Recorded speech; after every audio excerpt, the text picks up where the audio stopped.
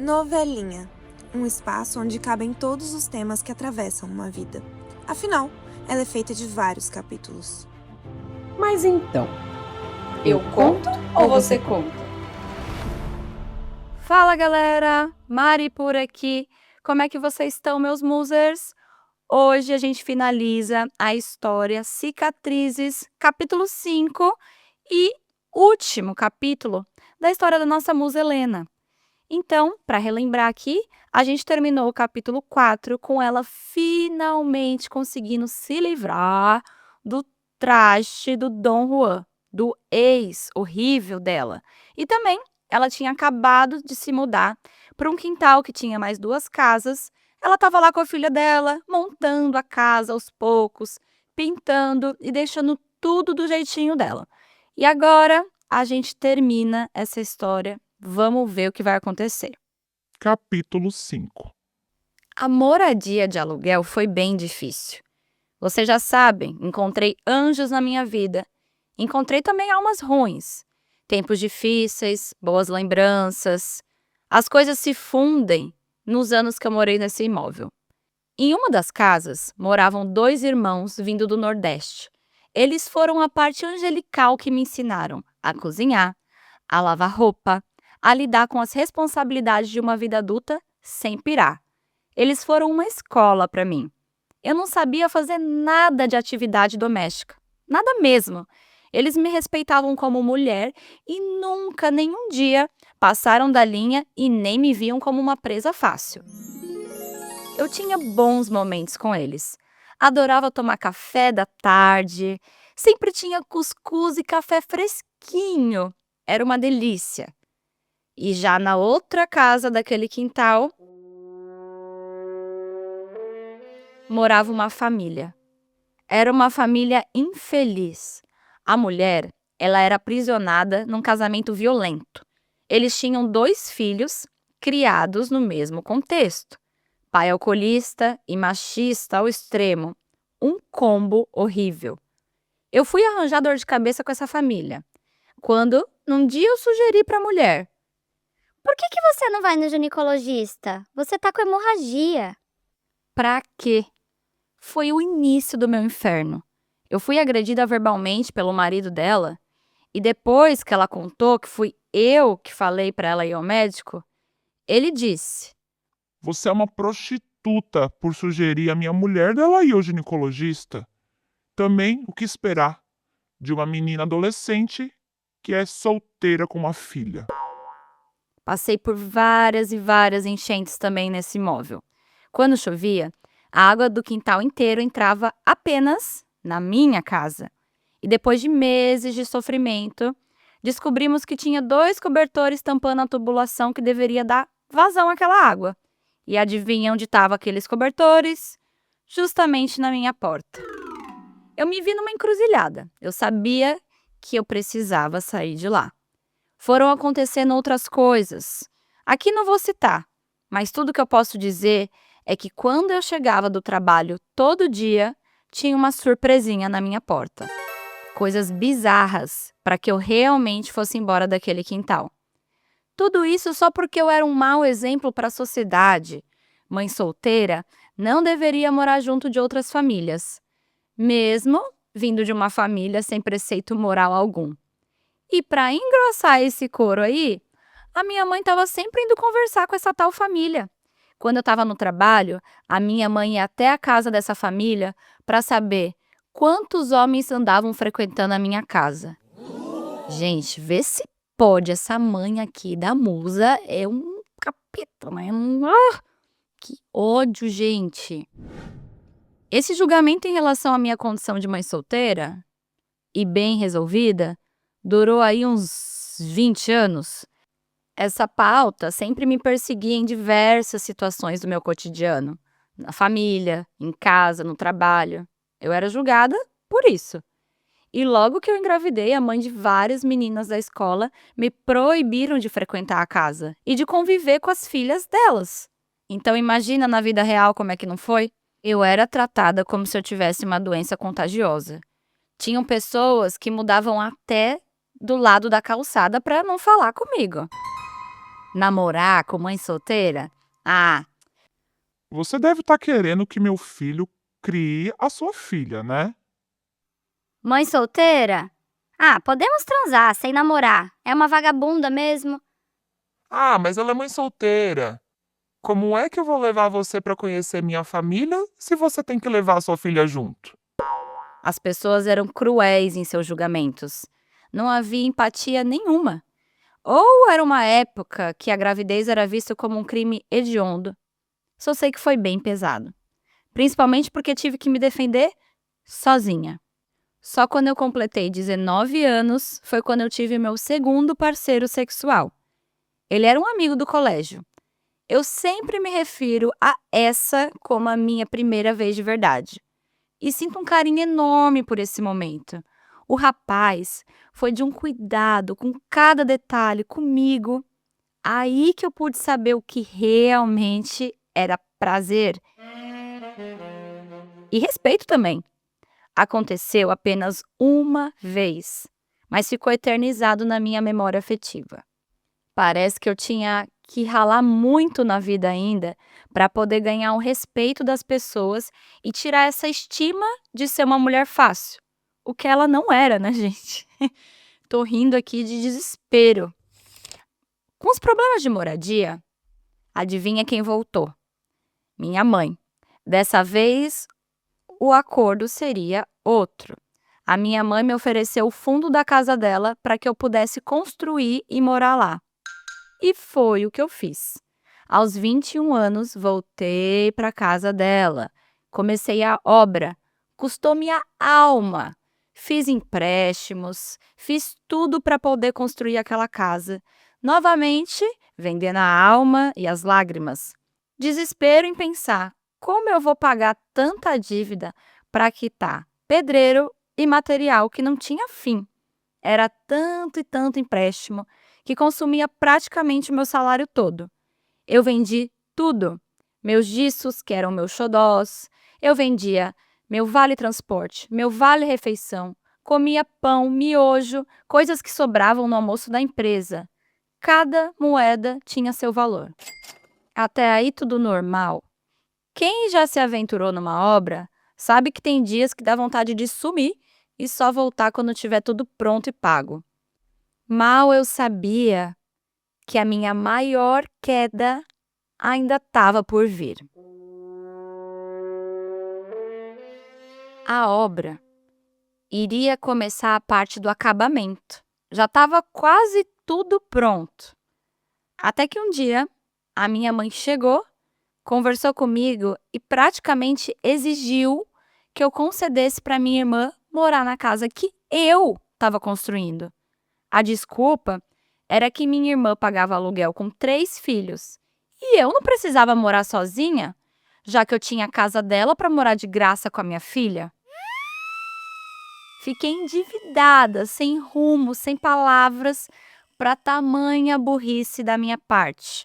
Digo com toda a certeza do mundo que se eu errei na minha vida, esse foi o meu maior erro. Eu senti que pela pressão eu tinha que aceitar.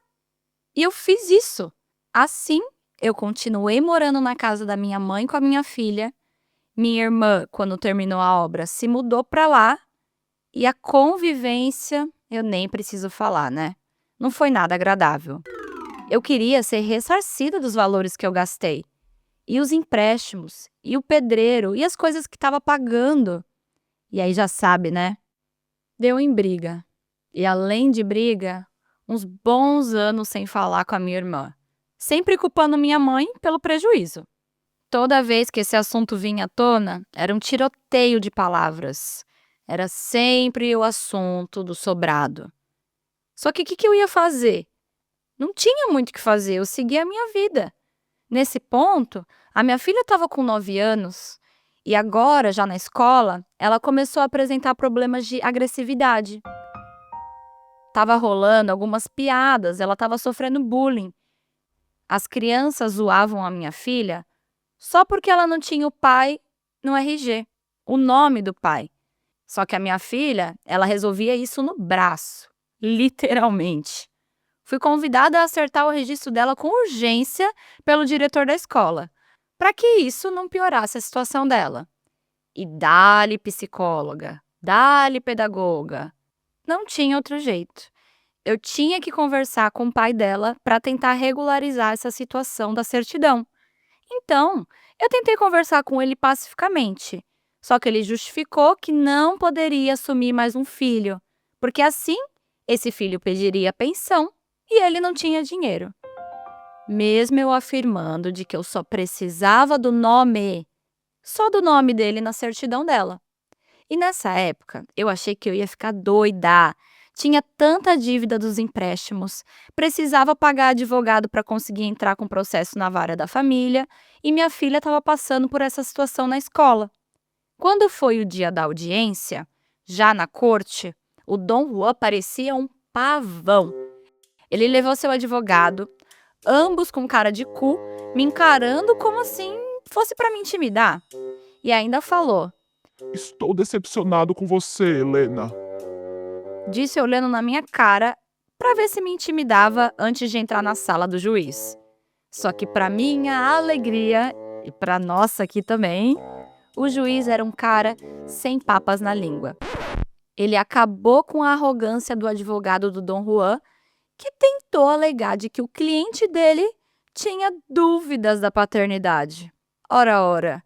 O juiz perguntou, Então por que o senhor não está pedindo teste de paternidade, hein? Vejo que o seu cliente já tem outro processo de pensão com outra mãe. sim, gente, ele tinha outros filhos com a ex que já não era mais atual.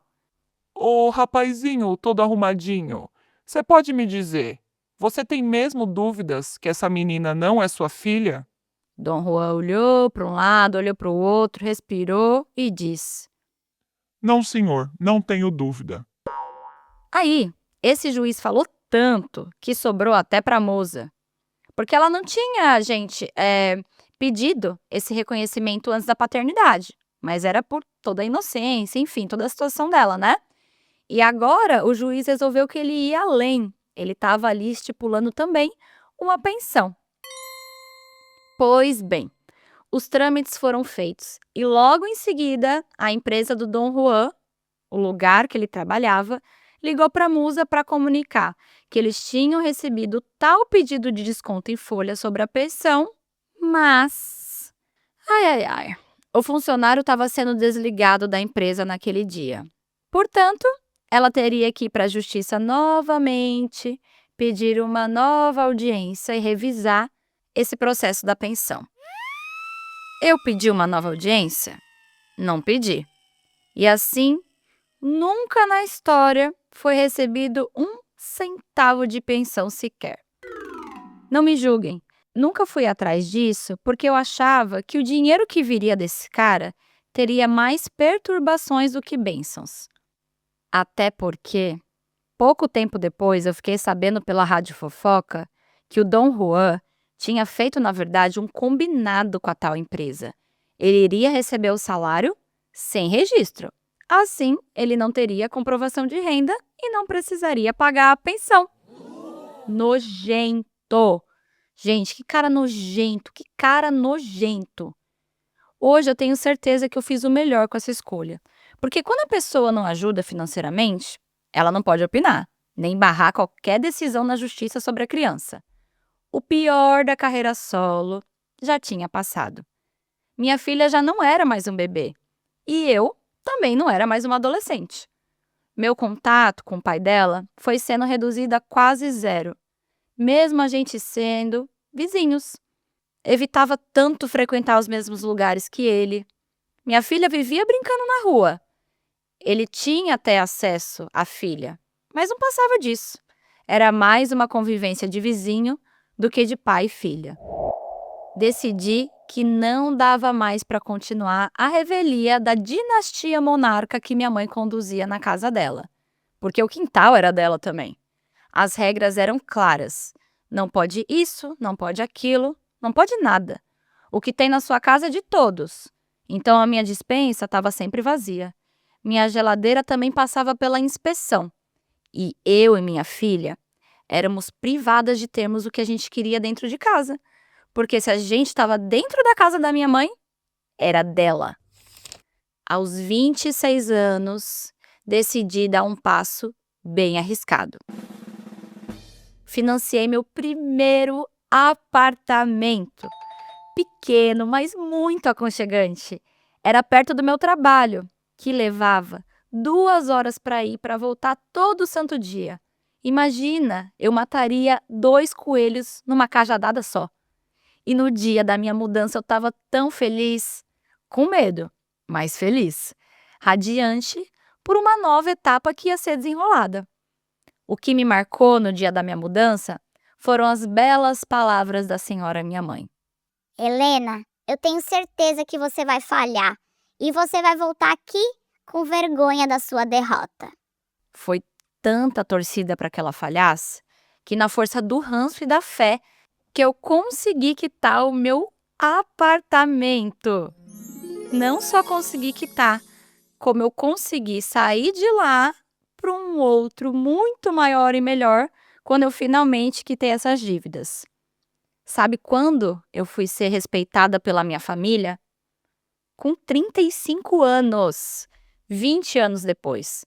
Finalmente, minha mãe agora parou de se referir a mim como uma garota sem juízo. Eu estava formada na faculdade, meu imóvel estava quitado, fazendo carreira naquela mesma empresa de quando eu fiz 18 anos. E mesmo depois que eu já tinha minha filha, eu gostava de sair.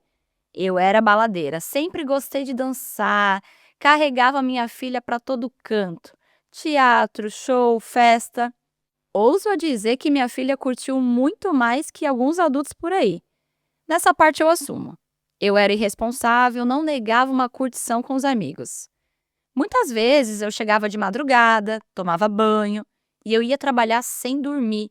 Mas nunca eu fui chamada a atenção por falhar nas minhas responsabilidades diárias. Eu fui uma mãe que muitas vezes era filha da minha filha. Tivemos uma relação confusa porque a gente cresceu juntas, literalmente. Errei bastante como mãe. Quem não erra? Tenho certeza disso. Mas levando em conta as situações que eu lidei, sem ao menos ter noção de como deveria fazer, eu me julgo, na verdade, vencedora. Eu não me curvei diante dos julgamentos e pedras que surgiam no meu percurso. Aliás, me dá uma pedra aí, que eu vou construir um novo caminho. E é assim que eu faço até hoje. Eu construí uma vida que eu visualizava nas minhas orações, nos choros escondidos e abafados, nos risos que as preocupações e decepções apagavam. Mesmo com muitos erros por mera imaturidade, eu criei uma lembrança afetiva na nossa relação de mãe e filha, o qual hoje somos muito amigas. A gente confia uma na outra, eu encorajo o sonho de vida dela, sempre respeito a minha trajetória e a que ela tem a seguir. A minha filha, ela é um ser de luz que veio para me fazer chegar onde eu cheguei, porque eu fiz tudo e eu faria tudo de novo por ela. Outro dia, a minha filha me perguntou: Como é que a senhora conseguiu passar por tanta coisa aos 16 anos? e eu respondi: foi resolvendo as coisas sem parar e sem me questionar o porquê. Só sei que foi assim que eu levei a vida. Eu acredito que quando você não fica procurando um culpado, você consegue direcionar a sua energia para sair daqueles becos que a vida te coloca. Ou que você mesmo se coloca. Porque temos, infelizmente, a tendência de ignorar os sinais de que vai dar merda tal escolha. Mesmo assim, seguimos com a burrice, até ter certeza que de fato deu merda. Aí que mora o perigo. Culpar ou resolver? Vítima ou protagonista, né, gente? É um assunto que eu converso muito aqui com as pessoas que estão na minha vida, né? A gente tem escolhas, a gente vai... Claro, a gente é vítima também de muita coisa, mas o que a gente vai fazer com essa informação? A gente vai ficar triste, a gente vai se fazer de vítima e não vai melhorar em nada, porque a gente vai sempre se colocar nesse lugar, ou a gente vai ser protagonista e tomar as rédeas da nossa situação? E foi o que a Helena fez. Uma vez, um psiquiatra me disse numa única consulta que eu tive: Você não precisa de terapia agora. Você precisa de atitude para resolver aquilo que você permitiu que fizessem com você. A única culpada é você mesma.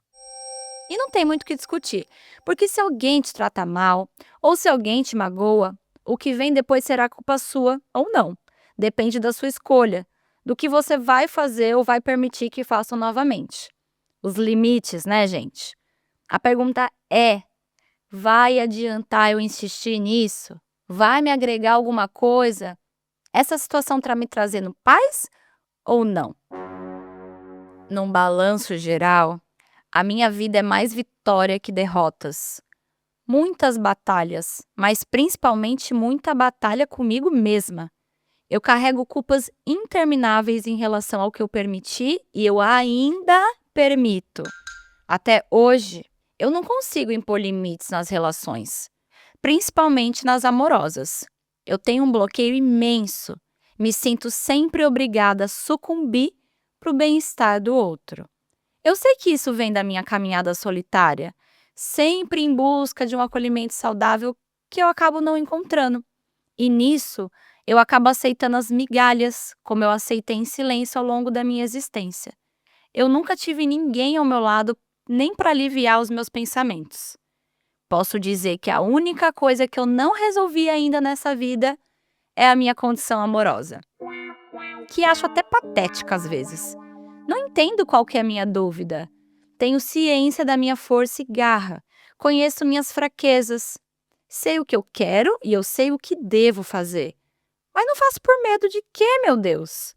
Ah, eu acho que é o medo da solidão. Essa solidão que não me larga.